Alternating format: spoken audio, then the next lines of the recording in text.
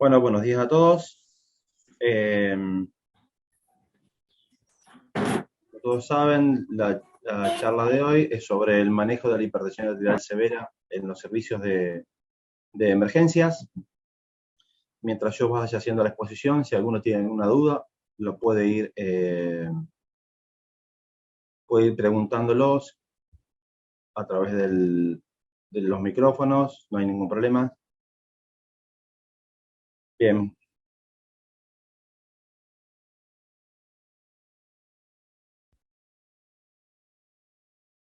Bien, a modo nada más de datos, algunos pequeños datos con respecto a la hipertensión y la situación de la hipertensión arterial en nuestro país. Eh, Podemos decir que es una de las afecciones crónicas más frecuentes en la sociedad occidental. Nosotros obviamente no escapamos de esa situación.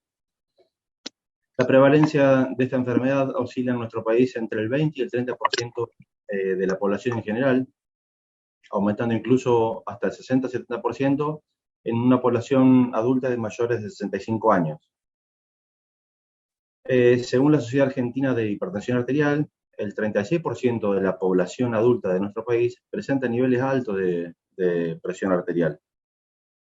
Consideramos valores elevados cuando el valor sistólico supera los 140 milímetros de mercurio, y o el diastólico los 90 milímetros de mercurio. Cualquiera de los dos valores que se vean sobrepasados es considerado un paciente hipertenso. Como ven, casi el 40% de los hipertensos desconoce su condición, y entre quienes la conocen, solo una minoría están bien controladas. Aproximadamente entre un 20 y un 25% de los pacientes hipertensos están bien controlados. Las consultas por hipertensión son bastante frecuentes en los servicios de emergencias y a veces llegan a representar hasta el 7% del total de consultas, un número muy elevado. Y se estiman que entre el 2 y el 3% de estos pacientes hipertensos desarrollará en algún momento de su vida una hipertensión arterial severa, o como algunos llaman, crisis hipertensiva. Para tener una idea por ahí de la proporción y de lo que estamos hablando, supongamos el departamento de la capital de Santa Fe, que tiene alrededor de 700.000 habitantes. La población adulta mayor de 20 años ronda el 50%, aproximadamente 350.000 personas adultas son hipertensos. Si eso tenemos en cuenta, 350.000 son adultos de los 700.000. Si eso tenemos en cuenta que casi el 40% son hipertensos, andaríamos hablando en alrededor de 120.000 personas hipertensas dentro del departamento de la capital. De esos 120.000, casi 50.000 desconocen que son hipertensos, y aproximadamente... Hola. Hola. Hola, por favor, los micrófonos. Casi 50.000 personas se desconocen hipertensos, y aproximadamente unas 4.000 en lo largo de su vida terminarán desarrollando una hipertensión arterial severa y motivando una consulta en el servicio de emergencias. Eso como para hacer una estimación más o menos y entender por qué hay tantas consultas en los servicios de emergencia sobre hipertensión arterial. La hipertensión arterial severa se puede definir como la elevación aguda de la presión arterial capaz de producir alteraciones estructurales y funcionales en diferentes órganos. Si bien cuando hablamos de aguda, hablamos de que es algo relativamente rápido, y como muchas veces no podemos determinar la velocidad con la que se eleva esa presión arterial, en la mayoría de los consensos decidieron concluir en tener valores aproximados con respecto a la hipertensión arterial severa y considerarla de esa manera. En la mayoría de los casos, como les dije, no podemos determinar la velocidad del aumento. En la Argentina, para considerar un paciente con una hipertensión arterial severa, tendríamos como parámetro 180-110 milímetros de mercurio. Cualquiera de los dos valores que se sobrepase de 180 o 110, podremos considerarlo como una hipertensión arterial severa. Pero acá la aclaración es que es solamente una cifra. La clasificación y el tratamiento posterior va a estar determinado por el cuadro clínico. Como en toda medicina, el cuadro clínico es el que va a determinar la clasificación y el tratamiento y el abordaje. Esto es en Argentina, en algunos países también tienen estos valores. Otros países, por ejemplo, consideran como hipertensión arterial severa 220, 120. Por ejemplo, en España consideran una hipertensión arterial severa cuando recién llega a esos valores. En otros países 200, 130. Bueno, son solo cifras, son solo números que no van a determinar la gravedad. No quiere decir que a mayor tensión arterial que registremos va a ser más grave el paciente. No hay relación en ese sentido, sino del cuadro clínico que presenta el paciente. A modo de recordatorio, nada más, algo sencillo, no vamos a ahondar en esto porque sí llevaría mucho tiempo desarrollar la fisiopatología de la hipertensión arterial. Solamente recordar que la hipertensión arterial severa está mediada por aumento del gasto cardíaco y por el volumen sistólico, es decir, la cantidad de sangre que eyecta el ventrículo y la frecuencia cardíaca. Si aumenta la cantidad de sangre, va a aumentar la tensión arterial. Si aumenta la frecuencia cardíaca, va a aumentar la tensión arterial. Y principalmente por el aumento de la resistencia vascular periférica, la resistencia que oponen los pequeños vasos, no los grandes vasos, los pequeños vasos, la microcirculación, a la eyección del ventrículo de esa sangre. Y a la vez, esa resistencia arterial va a estar dada por activación del sistema simpático, bueno, toda actividad alfa-adrenérgica, droga simpático-mimética, que lo que hacen es contraer las arterias y aumentar la resistencia del paso de la sangre. Y por supuesto el sistema de renina, angiotensina, aldosterona, que también una vez que se activa ese sistema, también genera un círculo vicioso que hace aumentar la resistencia vascular periférica, determinando la hipertensión arterial. No voy a ahondar más en esto, simplemente porque no es el objetivo de esta charla, sino simplemente esto es un recordatorio. Si a alguno les interesa profundizar en la fisiopatología de la hipertensión arterial, bienvenido sea. Bien, todos los enfermeros estamos acostumbrados, es una tarea cotidiana y bastante frecuente, la medición de la tensión arterial. Pero por ahí, con la cotidianidad, como les dije, nos olvidamos de algunos pequeños detalles que tenemos que tener en cuenta a la hora de hacer una correcta medición de la tensión arterial. Esto es a modo de recordatorio. El paciente no tiene que haber fumado ni tomado café los últimos 20 minutos. Es recomendable que esté en reposo de unos 15 minutos previos a la medición. El aparato, que es algo que probablemente hacemos pocas veces, es calibrarlo. El aparato debe recibir una calibración cada 6 meses. No lo hacemos nosotros, sino las personas que se encargan de eso, los bioingenieros. La medición debe hacerse en ambos brazos. El manguito no debe estar ni apretado ni demasiado flojo. ¿Cómo nos damos cuenta? Cuando nos permite poner 2 dedos entre la piel y el manguito, con comodidad, eso nos va a determinar que el manguito no está demasiado apretado, porque va a alterar las mediciones. El manguito por encima del pliegue del codo, unos 10 centímetros, para que nos permita palpar la arteria braquial o humeral. Una vez que palpemos la arteria, y seguimos insuflando 20 o 30 milímetros de mercurio por encima de que desaparezca la palpación. En ese lugar hay un micrófono abierto y está haciendo ruido, por favor, si lo pueden silenciar. Gracias. Colocamos la campana sobre la arteria braquial y comenzamos a descender lentamente. Y obviamente el primer ruido va a corresponder al valor sistólico, y cuando dejamos de escuchar la ocultación, será correspondiente a la tensión diastólica. Sí, están haciendo ruido, por favor, si pueden silenciar el micrófono porque es algo molesto. Bien, el paciente no debe estar conversando ni antes ni durante la medición.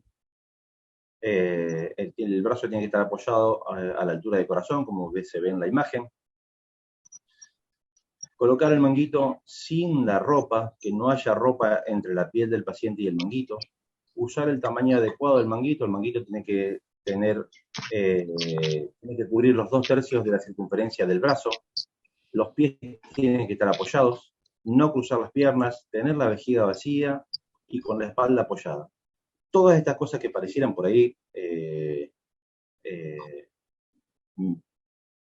a poco relevante, en realidad son importantes a la toma de la medición. Obviamente que esta técnica la vamos a utilizar en pacientes en el consultorio en el que no esté cursando un cuadro grave del paciente en el que nos haga demorar todo el proceso, obviamente, en un paciente en el consultorio.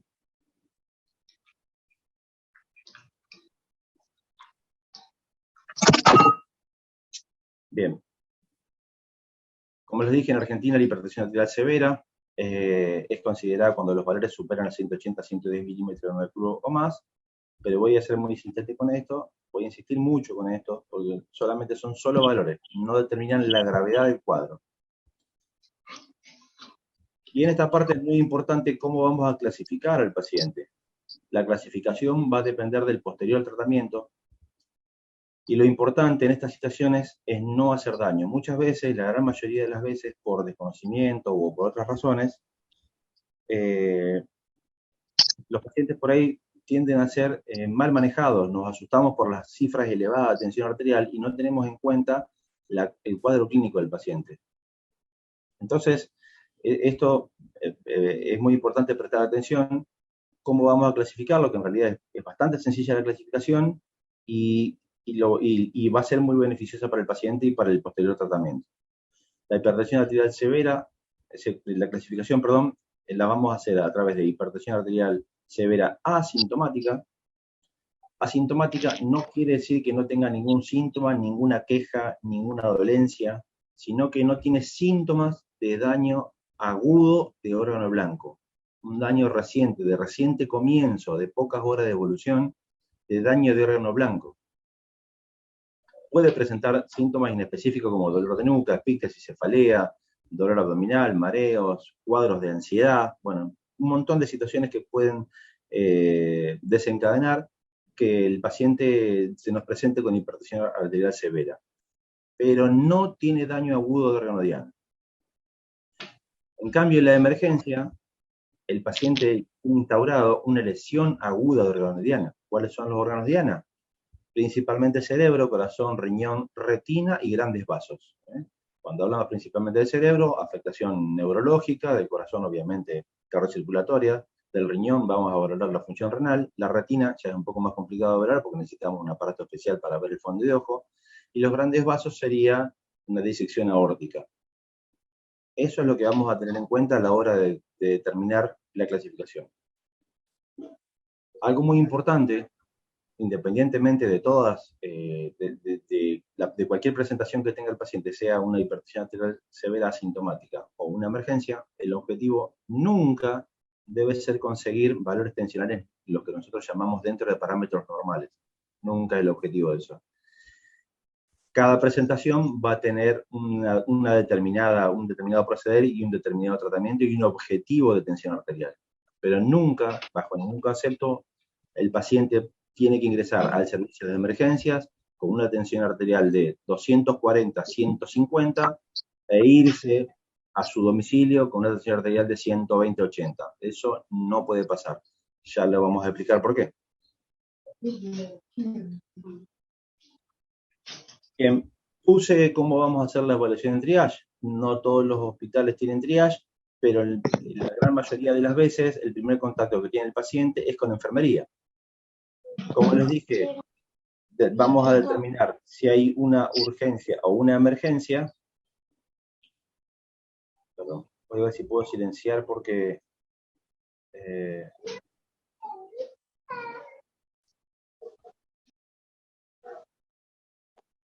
ahí estamos. Ahí estamos.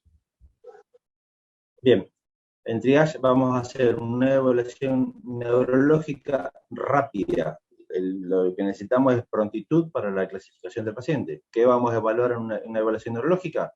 Si tiene cefalea, si tiene náuseas, vómitos, alteraciones visuales, un estado confusional, convulsiones, obviamente, déficit neurológico focal, si tiene alteración del sensorio de algún tipo, si tiene desorientación temporoespacial.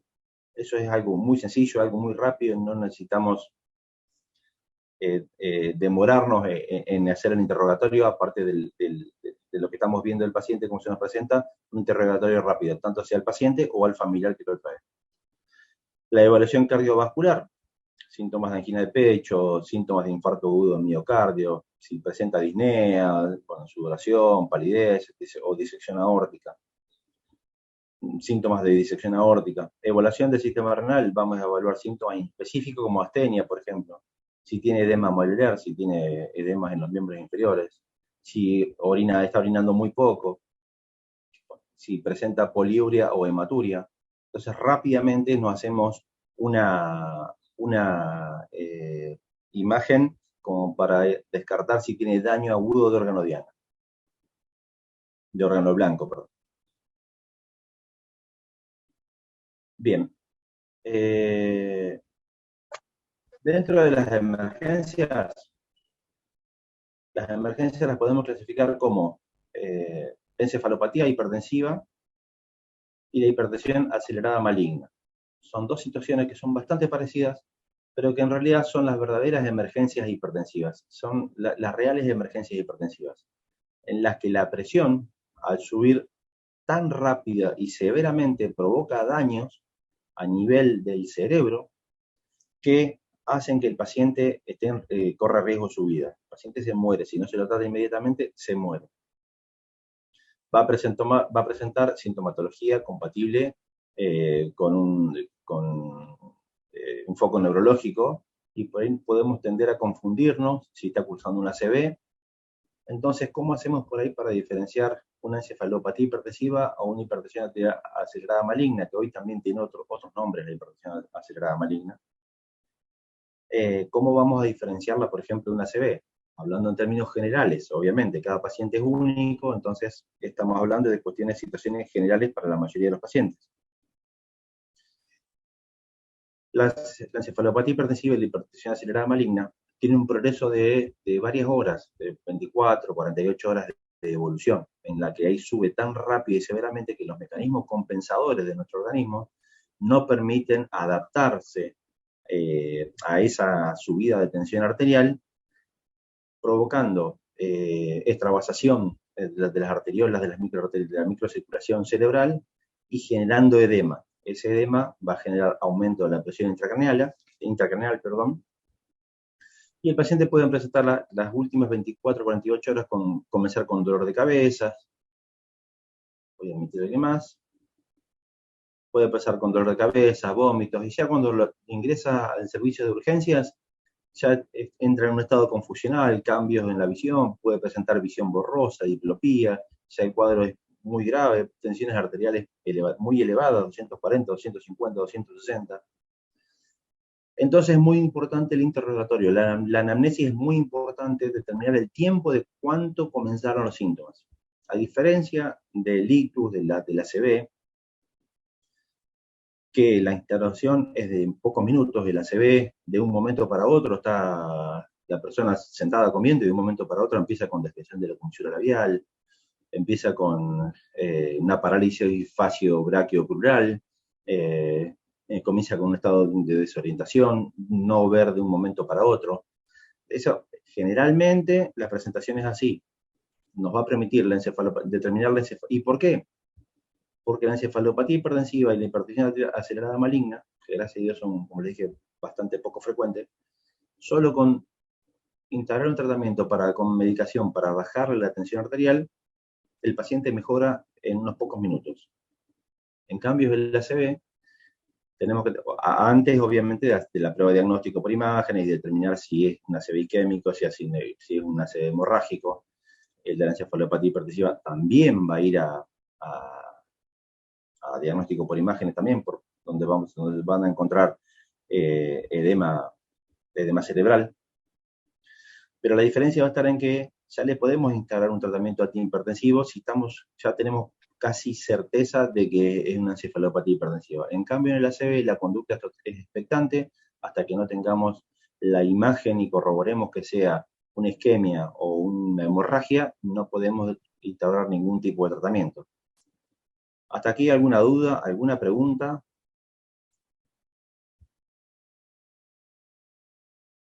Pregunten sin ningún problema.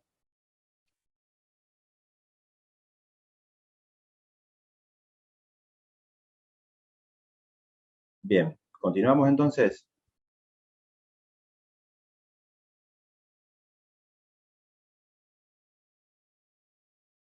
Bien, la otra situación es las emergencias clínicas asociadas a hipertensión arterial, que son la gran mayoría de las emergencias. Si bien, como le dije, las emergencias son poco frecuentes, pero ocurren en el servicio de emergencia, y es importante la clasificación. El otro tipo de emergencias son las emergencias clínicas asociadas a hipertensión arterial. El paciente ya tiene un cuadro de insuficiencia cardíaca, tiene un cuadro de síndrome coronero agudo, por ejemplo. A ver, una pregunta. Sí, se entiende todo bien, perfecto, gracias. En el que el paciente ya presenta un cuadro clínico previo, ya tiene una insuficiencia cardíaca, ya tiene un síndrome coronario agudo. Igualmente no está muy claro si en realidad la hipertensión arterial es la que genera la descompensación de ese cuadro, o si ese cuadro se descompensa y en respuesta a eso el organismo no se sabe bien por qué, tiene como respuesta el aumento de la tensión arterial. Bueno, está en mucha discusión. Lo importante en esto, que independientemente de la etiología que presente el paciente y la presentación que tengamos de ese paciente, siempre el tratamiento va a estar orientado tanto al tratamiento propiamente dicho de la hipertensión arterial, como también de la patología de vaso. Si estamos en presencia de una eclampsia, el tratamiento va a estar dirigido a disminuir la tensión arterial, pero también a la profilaxis con sulfato de magnesio para prevenir las convulsiones. Si es una intoxicación por cocaína, que el paciente está cursando una emergencia hipertensiva, el tratamiento va a estar orientado a disminuir la tensión arterial y también para disminuir esa descarga adrenérgica provocada por las anfetaminas o por la cocaína, dándole, por ejemplo, benzodiazepina. Lo mismo ocurre con el ACV, que el ACV ya es un apartado, un ictus ya es un apartado. Ahí me quería detener un segundo con respecto, porque se presta, como le dije, se presta mucho a confusión si es encefalopatía o si es un ACV. Entonces, obviamente que siempre el diagnóstico va a ser a través de diagnóstico por imágenes, como le dije, en un tomógrafo. Pero bueno, el 85% de los pacientes que tienen un ACV, el 85% son ACV isquémicos y el otro 15% son hemorrágicos. Dentro de los ACV isquémicos, vamos a determinar el tiempo, es fundamental el tiempo, si hace más de 3 horas que el paciente está cursando el ACV. Una vez que ya determinamos que es isquémico, si hace más de 3 horas, el paciente va a ser candidato a una reperfusión. Si en la integración del cuadro es de menos de 3 horas, es candidato a fibrinolítico para romper ese coágulo que está obstruyendo la arteria y está provocando la isquemia en el cerebro. Y la conducta va a variar en cuanto a los objetivos de tensión arterial de esos pacientes. Si tienen menos de 3 horas, si tienen menos de 3 horas la integración del cuadro isquémico y tiene alta sospecha de que es candidato a fibrinolíticos, el objetivo de la tensión arterial debería ser de 185 a 110 de tensión arterial aproximadamente, no más que eso, no mucho menos que eso tampoco. Y si es candidato a reperfusión, la tensión no es recomendable descenderla por debajo de 220 milímetros de mercurio, sino que es una conducta expectante. ¿Por qué? Porque el organismo lo que está haciendo es tratando es una respuesta, a ver, por eso es lo que le decía que no está muy claro. Entonces se produce el trombo, el cerebro interpreta que necesita, que hay una parte que no tiene, que necesita oxígeno, que lo que hace aumenta la frecuencia cardíaca, y como les dije, si aumenta la frecuencia cardíaca, aumenta el gasto cardíaco y aumenta la tensión arterial. es un mecanismo compensador que tiene el organismo para tratar de llevarle ese oxígeno a esa parte que está necrosada del cerebro, perdón, que está isquémica en el cerebro. Y si nosotros le descendemos la tensión arterial, lo que vamos a hacer es disminuir la perfusión a esa zona y le vamos a generar aún más daño del que ya tiene instaurado. No sé si quedó claro la explicación de por qué no es recomendable un descenso de la tensión arterial brusco en los pacientes que están cursando una ACV. Si les quedó claro, me parece bárbaro. Si tienen alguna duda o alguna consulta, háganla por favor. Bien.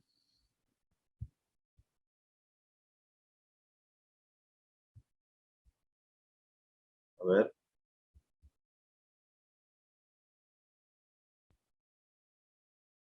Una explicación con respecto a qué, Fabiana, decime. A ver si te abro el micrófono para que puedas hablar.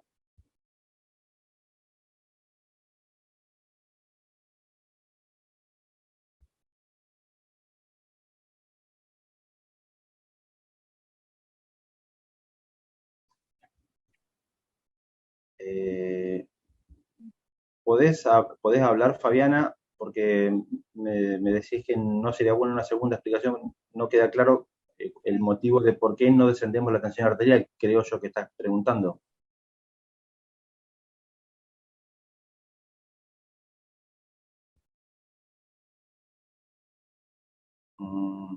¿Se escucha? Sí, ahora sí te escucho. Sí, sí, ese sería lo que necesitaría saber, el por qué no se puede descender. ¿Cuál Bien, sería el bien. inconveniente? En un ACV isquémico, por ejemplo, que hay una obstrucción de una arteria del cerebro en la que se produce una hipoperfusión, es decir, no está llegando oxígeno principalmente a esa parte del cerebro, puede ser que el organismo, en respuesta a tratar de asegurar que le llegue sangre, lo que hace es aumentar la frecuencia cardíaca porque necesita mandarles más sangre. Entonces aumenta la frecuencia cardíaca y, como les dije, uno de los componentes que elevan la tensión arterial es el gasto cardíaco, y el gasto cardíaco a través del volumen sistólico y de la frecuencia cardíaca. Entonces aumenta la frecuencia cardíaca para tratar de llevarle más sangre a esa parte que está lesionada del cerebro. Entonces, si nosotros le hacemos un descenso de la tensión arterial, lo que vamos a hacer es llevarle menos sangre a esa parte del cerebro y vamos a seguir aumentándole la lesión. ¿Se entiende? ¿Hola? Sí, sí, sí, ahí sí. ¿Se En entiende ese ahí? caso, ¿qué es lo recomendable? Lo que les decía hoy, primeramente determinar si es un ACV isquémico, si es un ACV hemorrágico. Si es un ACV Sí, isquémico, bueno, eso obviamente que el médico es lo que va a determinar si es candidato a fibrinolítico, es decir, estreptoquinasa, que es lo que va a hacer romper el coágulo para favorecer nuevamente la irrigación, o si es candidato a reperfusión a través de una intervención quirúrgica. Entonces, los objetivos de tensión arteriales son siempre mantenerlos dentro de los parámetros, por ejemplo, generalmente en los isquémicos, 185, 110 de tensión arterial, o si es sí, candidato a reperfusión, 220, 120 de tensión arterial, no descender demasiado la presión, porque justamente lo que hacemos es, si le bajamos la presión, lo que vamos a hacer es disminuir el flujo de sangre que está llegando y tratando de que el daño sea el menor posible. El organismo trata inteligentemente de querer compensar esa situación. bien. ¿Se entiende o es algo complejo? No, no, sí, se entiende, se entiende. Perfecto, perfecto. Gracias, Fabiana. A usted. Bien, entonces nosotros como enfermeros, ¿cuál va a ser nuestra acción? Una buena anamnesis, como dijimos inicialmente, lo vamos a ingresar al showroom inmediatamente o a la sala de emergencias que tengamos y vamos a proceder a realizar una monitorización, vamos a valorar la función cardíaca, la respiración, la saturación, vamos a administrarle oxígeno siempre y cuando la saturación lo amerite y según indicación médica, por supuesto.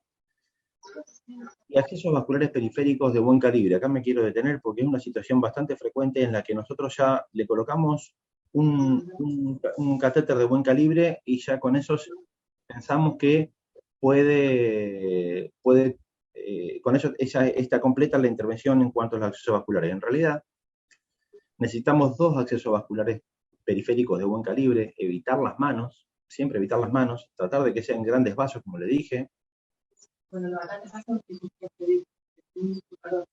Evitar las manos, ya que por ahí necesitamos administrarles drogas que son irritantes del endotelio venoso, o drogas que no son compatibles, y si tenemos un solo acceso venoso, se nos va a generar una situación bastante complicada. Ni hablar si por ahí necesitamos trasladarla hasta el diagnóstico por imagen y en medio del traslado, por ahí se puede llegar a desprender algún acceso periférico y es realmente toda una complicación.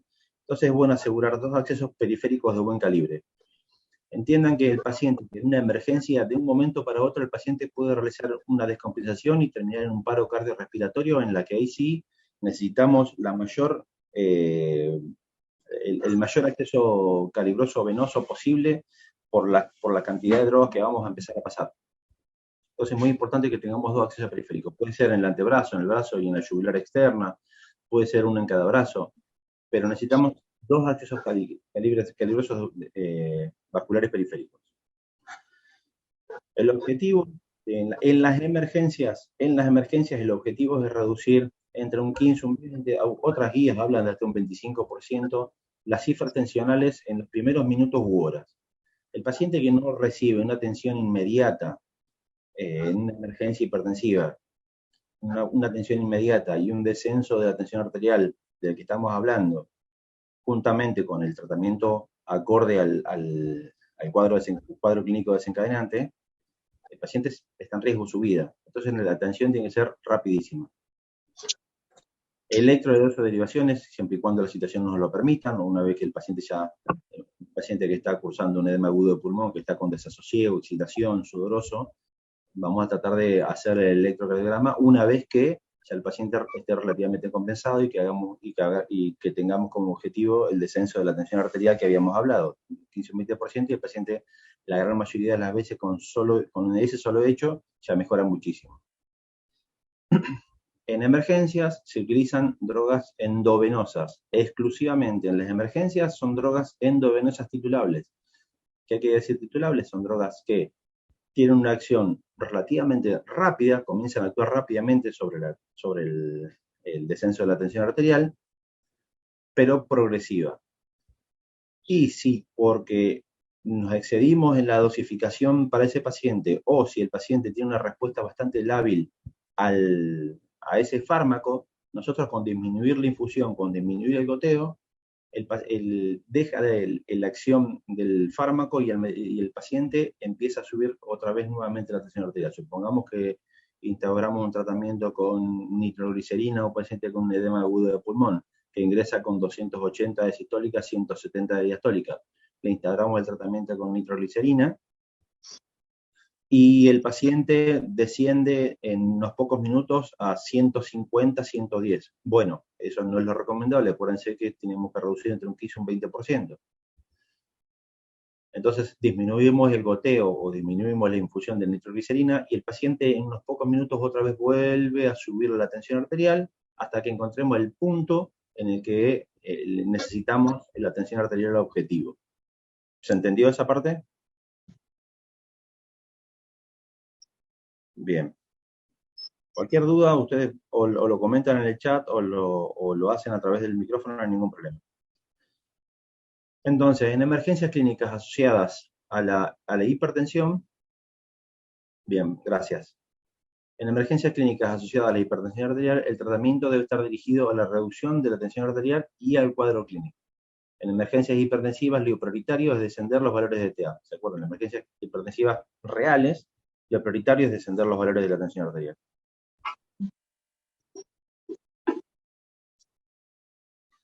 ¿Cuáles son las drogas que vamos a utilizar en el tratamiento de las emergencias hipertensivas?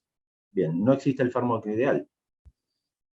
Uno de los más recomendados por las guías es el nitroprusiato de sodio.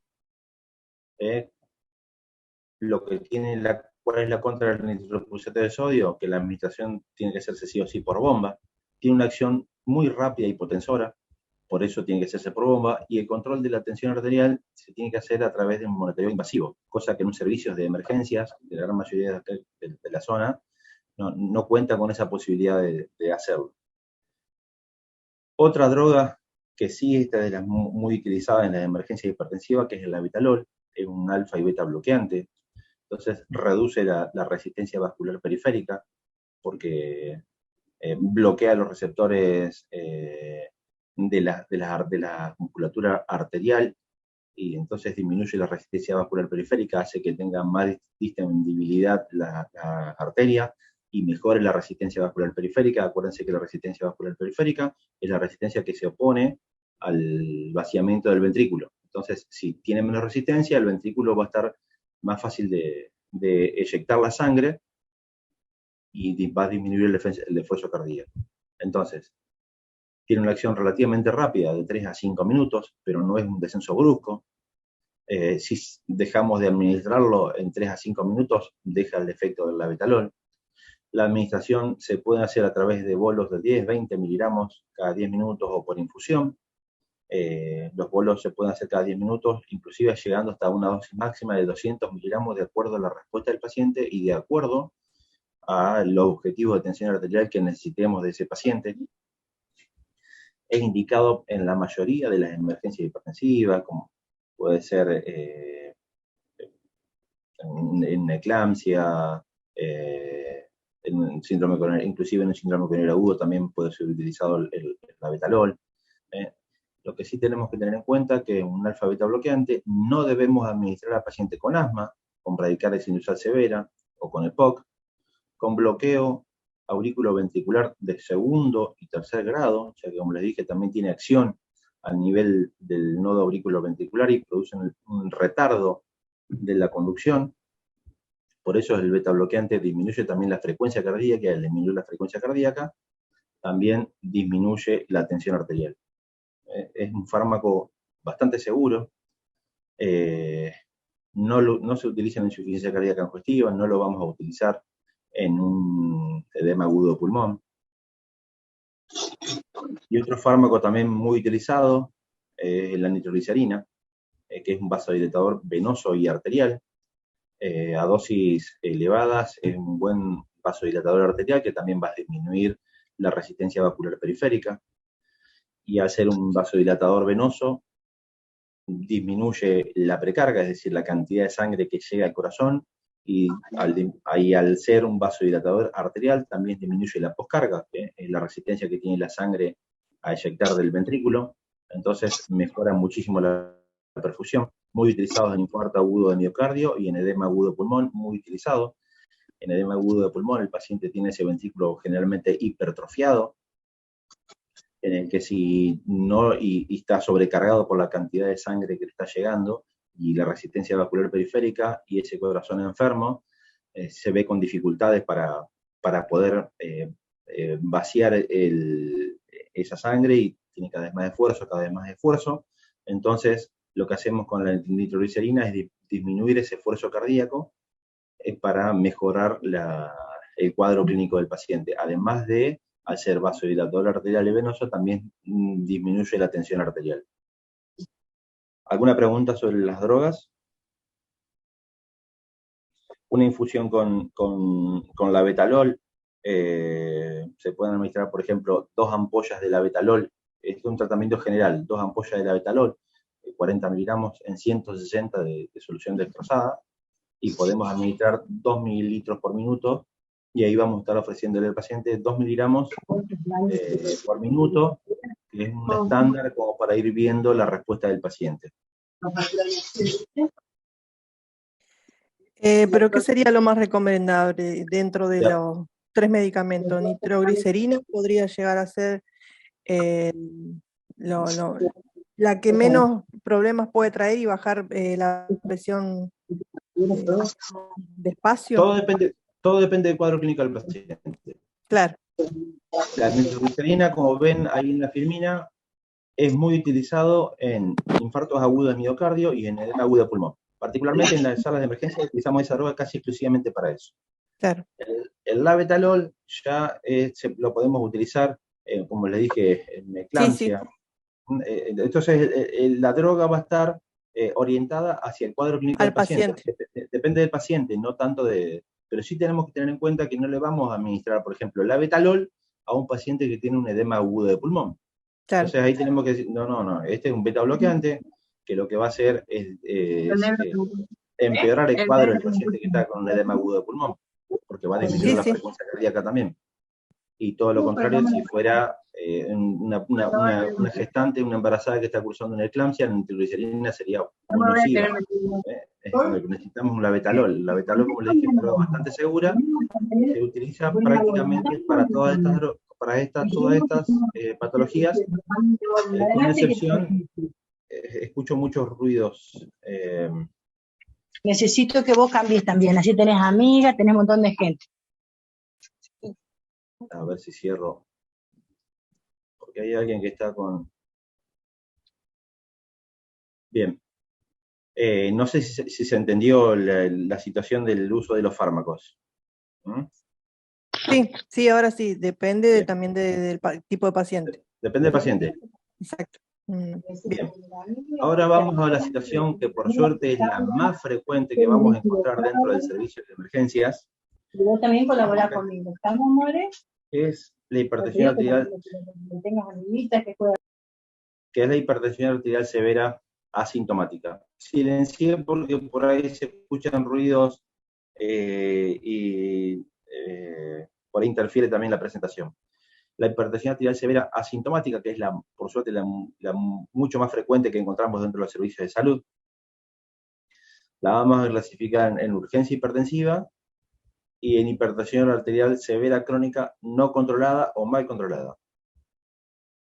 Acá son situaciones bastante parecidas en las que lo que vamos a tener en cuenta es el seguimiento posterior. ¿Cuál es la urgencia hipertensiva? La que ya tiene un daño de órgano blanco, pero previo. El paciente o la paciente ya tuvo una ACV, ya tuvo un infarto, ya tiene una insuficiencia renal crónica y se nos presenta en la sala con una hipertensión arterial severa y en el interrogatorio nos comenta así que es hace 3 años que tuvo una ACV, entonces ahí ya estamos hablando y que no hay una reagudización de esa ACV, no es que tenía una parálisis braquial y ahora se instauró una parálisis facial o crural o tiene otro foco neurológico que hasta hace unos minutos no lo tenía.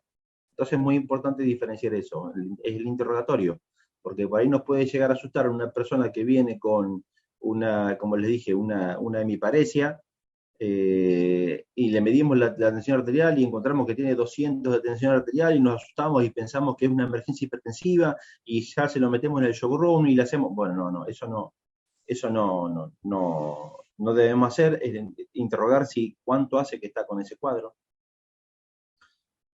y no tiene en ese momento signos y síntomas de una emergencia hipertensiva. Eso es muy importante, siempre descartar la emergencia hipertensiva. Y el otro cuadro es la hipertensión arterial severa crónica no controlada.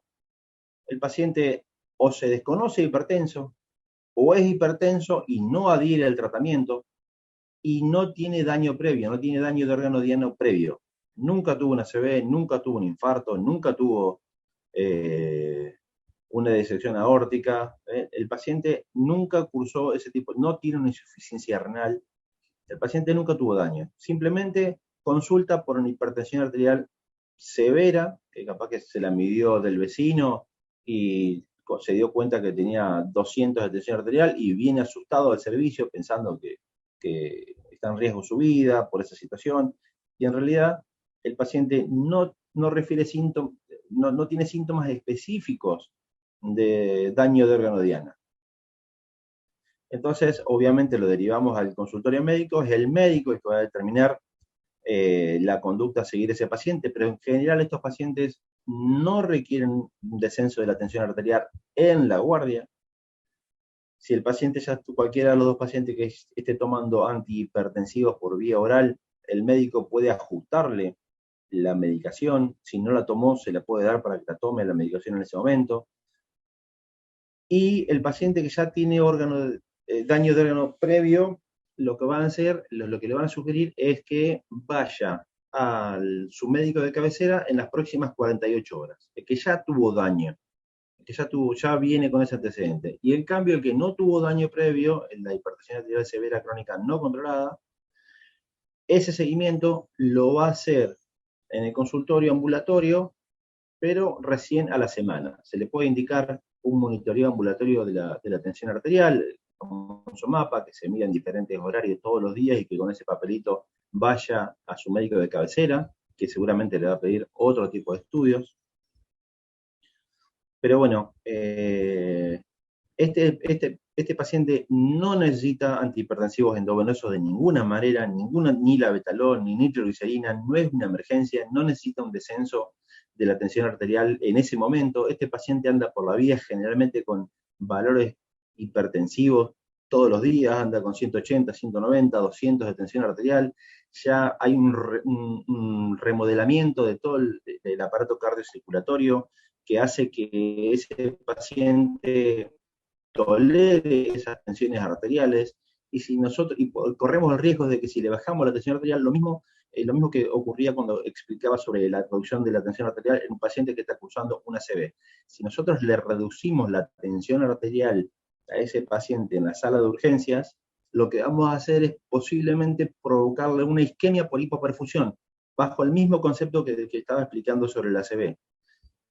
Ya el organismo está acostumbrado a tener esa tensión arterial, entonces todo el aparato circulatorio se acostumbra, entonces está acostumbrado a recibir. Si nosotros le bajamos la tensión arterial, generamos una hipoperfusión y podemos generar una isquemia a ese paciente.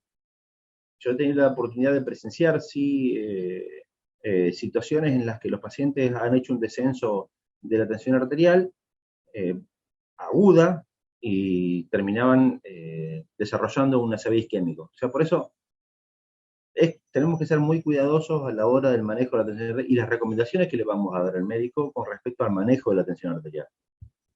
¿Quedó claro esto? Sí, sí, se entiende. Muchas gracias.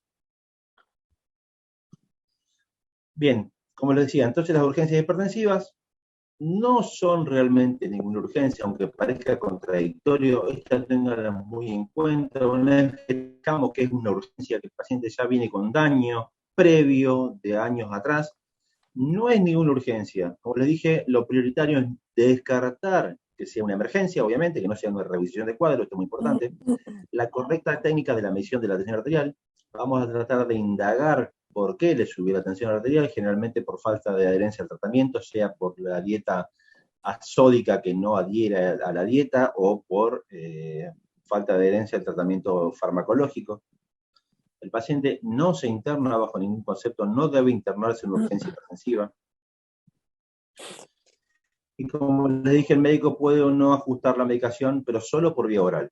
El seguimiento, como le dije, a las 48 horas, y es en ese momento que nosotros como enfermeros tenemos la posibilidad de reforzar sobre la educación sobre su enfermedad.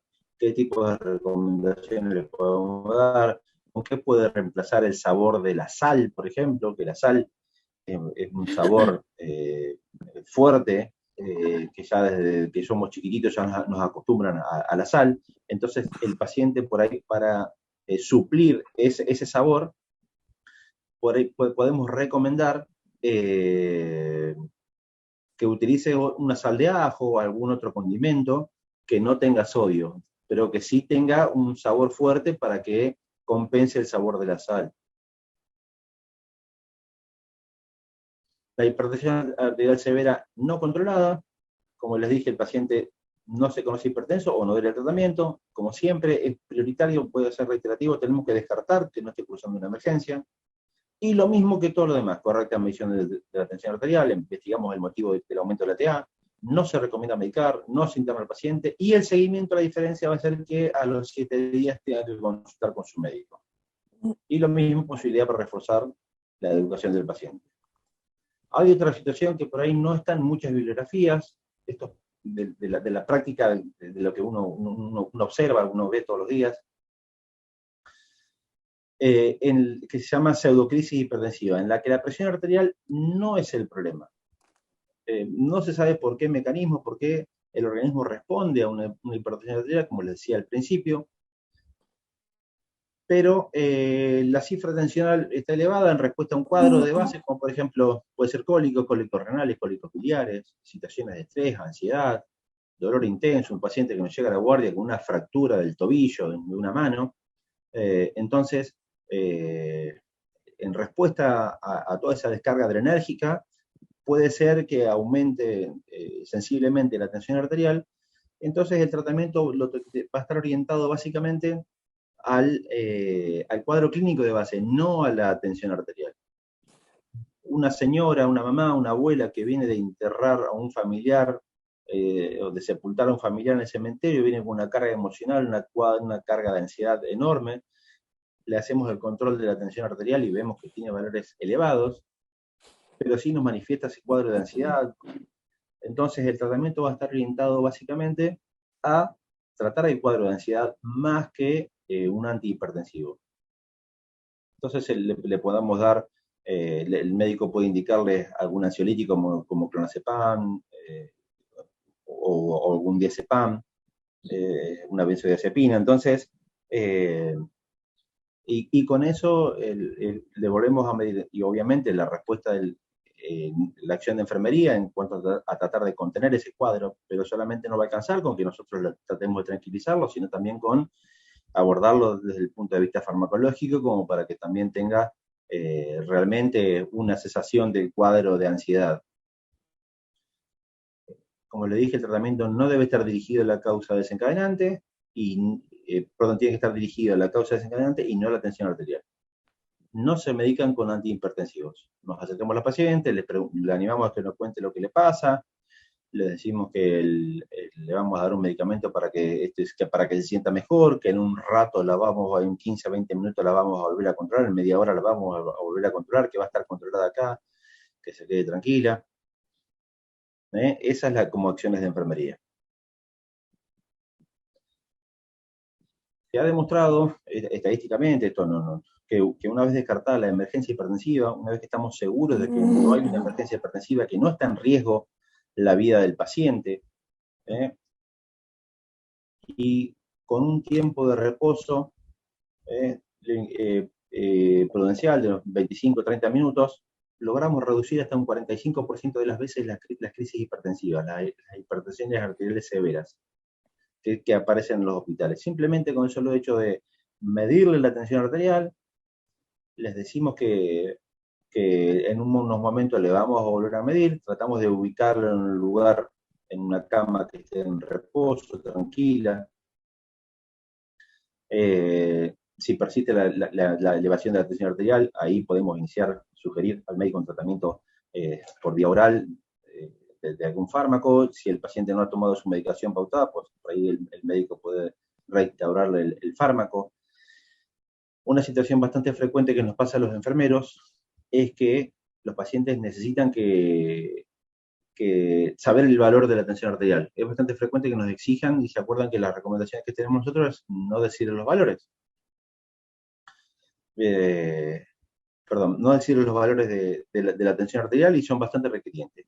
Esto es algo de la práctica diaria, no está en ninguna guía, en ningún manual, en nada. Simplemente es una cuestión de la práctica diaria en la que el paciente descartamos la emergencia hipertensiva, estamos seguros de que no hay una emergencia hipertensiva, y nos pide que nos diga el valor. ¿Cuánto tengo? El paciente posiblemente tenga 210 de tensión arterial, 120, y nos exige que le digamos, y nosotros estamos reticentes porque si sabemos que le decimos que tiene esa tensión arterial, puede ser otro factor desencadenante que haga que aumente aún más la tensión arterial. Entonces, es importante por ahí tratar de decirle alguna cifra, porque ellos nos van a preguntar.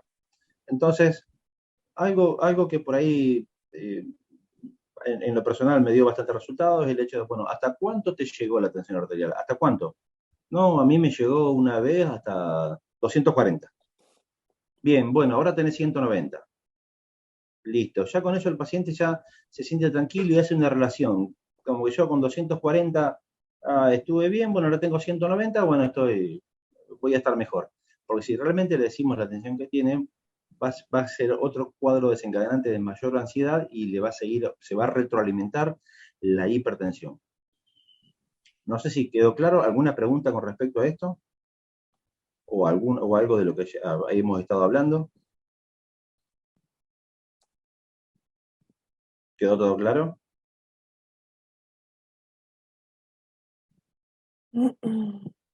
Bueno, continuamos.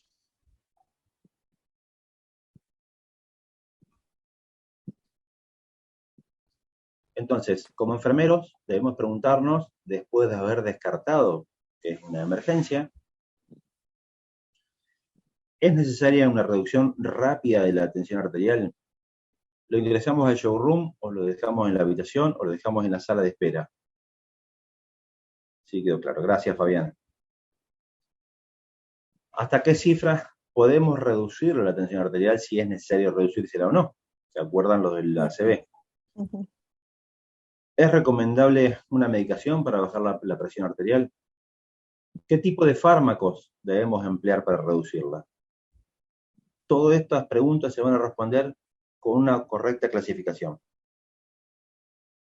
El manejo de la hipertensión arterial severa depende de la correcta clasificación que hagamos. Es muy importante que tengamos en claro todo lo que estuvimos hablando para el manejo adecuado de la emergencia y hacer la sugerencia propiamente dicha al médico que está haciendo la asistencia de ese paciente.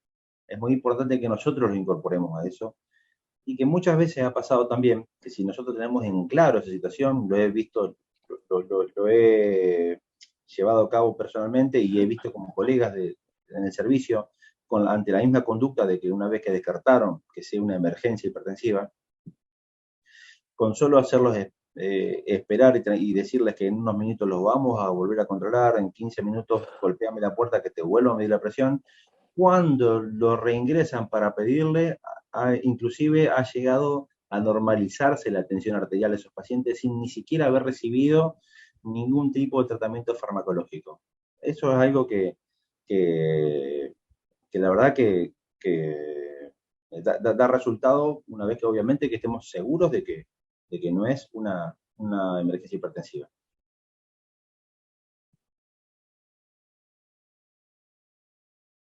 Bien, acá sin pregunta, hola, muy buenos días. Mi pregunta es cómo actuar en una ACV, cómo auxiliar al paciente si se encuentra en su domicilio hasta que llegue la ambulancia. Bien, esa es una situación, bueno, no es de la charla que estamos hablando de una hipertensión arterial severa dentro de un servicio de emergencias en la que contamos con aparatología y bueno, todo lo demás. ¿Cómo actuar con una ACV?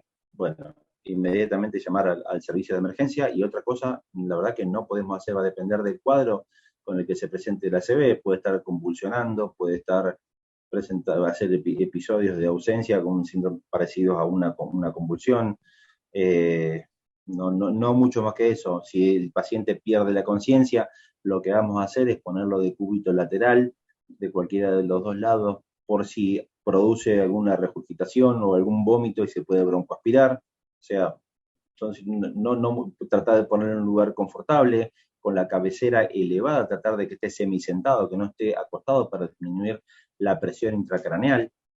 Más que eso en el domicilio, la verdad que no vamos a poder hacer.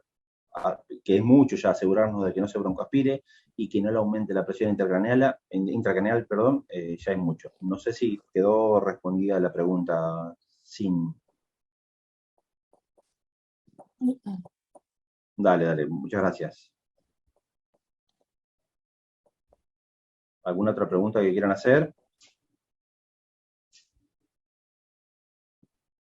Bien.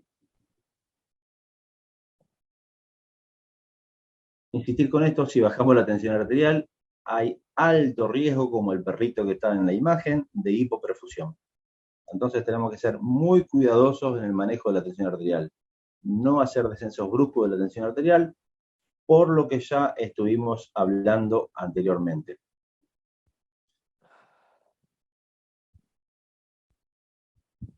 Entonces, ¿cuál es la asistencia que vamos a realizar como enfermeros? y resalto ahí en rojo, realizar una buena anamnesis. Una buena anamnesis, un buen interrogatorio es lo que nos va a ayudar enormemente a clasificar al paciente. Si es una hipertensión arterial severa no controlada, si es una urgencia hipertensiva, si es una emergencia hipertensiva, si es una pseudocrisis hipertensiva. Es muy importante el interrogatorio y hablar con el familiar. Esos 3, 4, 5 minutos que nos lleva va a hacer realmente la diferencia en cuanto al tratamiento del paciente. La correcta técnica de la medición arterial también es muy importante siempre y cuando el cuadro nos amerite. Recuerden que en una emergencia hipertensiva necesitamos una reducción relativamente rápida de la tensión arterial, de entre un 15 y un 20% relativamente rápida, así que hacer todo el proceso de la técnica correcta de la medición de la tensión arterial, saben que va a ser bastante complejo, eso lo podemos llevar cuando estamos en presencia de una urgencia hipertensiva, de una pseudocrisis hipertensiva, de una hipertensión arterial severa no controlada. Ahí sí, pero en presencia de una emergencia hipertensiva no vamos a tener tiempo de desarrollar la técnica completa de la medición de la tensión arterial. Tranquilizar al paciente, evitar decirle al paciente los valores, como les dije, a través de una recomendación que le digo yo, que por lo menos a mí me ha servido en la práctica mucho. Asegurar un acceso venoso de buen calibre, de doble acceso vascular de buen calibre. Y esto es fundamental para los que trabajamos en los servicios de emergencia. Conocer la preparación, administración y efectos adversos de los antihipertensivos indicados. Eso es fundamental, tenemos que tener en claro. No son muchos los fármacos, en realidad deberíamos tener manejo adecuado de todos los fármacos que tenemos dentro de la sala de emergencia, dentro del showroom y dentro del carro de urgencias y de emergencias. Pero particularmente en estas situaciones tenemos que tener muy en claro cuáles son las drogas recomendadas para determinadas situaciones y cuáles no y por qué, fundamentarlas obviamente. Monitoreo multiparamétrico constante. Tenemos que estar atentos al descenso brusco de la tensión arterial, obviamente el monitoreo continuo y estar al lado del paciente, no solamente conectarlo al multiparamétrico, sino estar al lado para ver el cuadro clínico. No debemos confiarnos nunca de los aparatos tienen alteraciones que por diferentes causas, no del aparato, sino de la técnica de, por ejemplo, de colocación del manguito del multiparamétrico, o algún movimiento que realice el paciente y pues, está interpretando como que tiene una taquipnea, bueno, lo que fuere. O puede estar marcando una saturación, una buena saturación, en realidad el paciente está con una acrocianosis, está con cianosis peribucal, o al revés, puede estar marcando una franca desaturación y el paciente está rosado, está con una buena, porque es un indicador de una buena perfusión. Entonces no confiarnos nunca de los aparatos, sí, colocarle los multiparamétricos, pero tenemos que estar al lado de ese paciente continuamente, porque el paciente en una emergencia hipertensiva está en riesgo la vida de un momento para otro. El riesgo de hipoperfusión de órganos vitales, ¿cómo nos vamos a dar cuenta de si está hipoperfundiendo? Cuando ya encontramos reducción cuando hagamos compresión del lecho ungueal, veamos que el relleno se demora más de 3 segundos, cuando se pone pálido, cuando se pone cianótico, eso nos está indicando que hay una hipoperfusión, cuando comienza con desorientación, cuando comienza con depresión del sensorio y empieza a disminuir el Glasgow. Y fundamental, obviamente, como siempre es muy importante marcar, que todas las acciones de enfermería, absolutamente todas las acciones de enfermería que no están registradas, no están hechas. Entonces es muy importante que tengamos en cuenta todas las acciones, desde cuando hacemos la acción de tranquilizar al paciente, registrarlo, cuando colocamos doble acceso venoso, colocar doble acceso venoso y cuáles y con qué catéter, con qué calibre de catéter. Cada vez que hagamos un control de los signos vitales, registrarlos. Entonces, eso va a hablar también del trabajo que hacemos los enfermeros dentro del servicio de emergencias. ¿Alguna pregunta con respecto a esto? ¿Alguna duda o alguna duda que les haya quedado de lo que venimos charlando?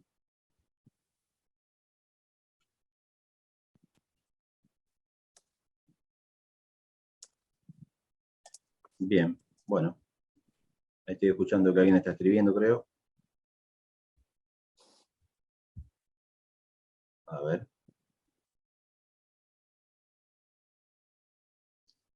Bien, Fabiana. Muchas gracias. Bien, esto ya es lo último como acciones de enfermerías. Y para finalizar, una frase que está dentro, muy instaurada en la medicina, que es primum non nocere, primero es no hacer daño. Si ya el paciente tiene un daño instaurado, todas nuestras acciones tienen que estar orientadas y tenemos que estar en completo conocimiento de que no tenemos que agravarle el cuadro al paciente. Entonces, todo lo que tenemos que... Esta frase tiene que ser la cardinal para todas nuestras acciones. Primero, no tenemos que hacer daño. Eso es fundamental. Bueno, muchas gracias por su atención y quedo unos minutos para alguna pregunta que quieran hacer o alguna duda que les haya quedado.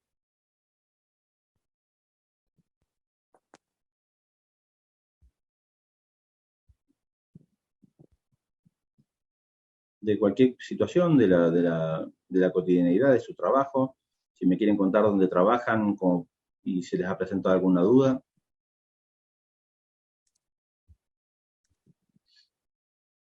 Bueno, gracias, Sim. Bueno, muchas gracias, muy buena la capacitación. Bueno, gracias, Fabiana. Dale, Vanina, muchas gracias también a vos. Bueno, espero que les haya servido en algo lo que pudimos estar hablando en este hora y cuarto y 20 más o menos. Así que bueno. Bien, Fabiana, bien. ¿De qué escuela sos, Fabiana? ¿Estás acá estudiando acá en Santa Fe?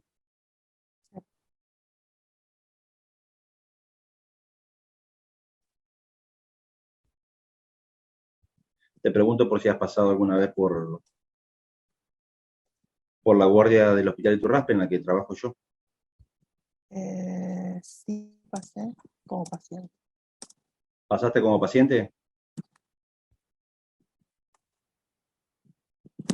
Sí, perdón, tengo el micrófono abierto, sí, como paciente. Sí. Ah, bueno. Sí, tuve varios años ahí en Iturraspe, sala 6, me tuvieron. Ah, bien, perfecto. Bueno, espero que hayas recibido buena atención. Si no es así, no digas nada. Ah, buenísimo. Acá estoy, así que me operaron bien. Bien, bueno, me alegro muchísimo. Vanina, yo de Córdoba, estudio enfermería en el Instituto Cruz del Sacrificio. Bueno, espero que, como les dije, que esto les sirva para la práctica diaria. Sé que Marcelo les va a entregar el video como para que lo tengan presente siempre.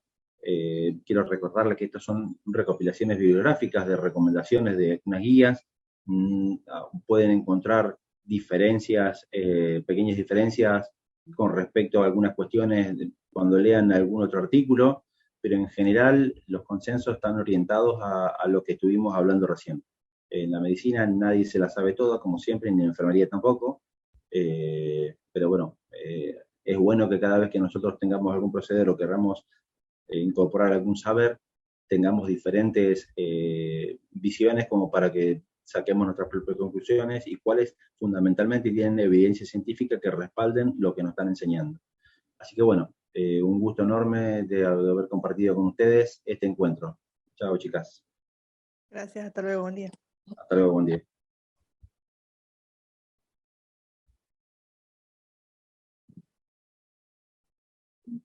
¿Listo, licenciado? Listo, Marcelo. Bueno, muchísimas gracias A vos. a usted entonces, y a todos. Dale, muchas gracias, Marcelo. Nos vemos. Un abrazo. Un abrazo. Te voy a pedir que me... Gracias, Yamila. Sí, decime, Marcelo. No, a ver si te puedo pedir que me des te reclamo el anfitrión nada más. Ahí ya te tengo. ¿Dónde está Marcelo? ¿Dónde estás? Ahí ya te tengo, ya pedí yo. ¿Listo? ¿Listo? Listo. Muchísimas Dale. gracias. A vos, Marcelo. Chau, chau. Hasta luego, chau, chau.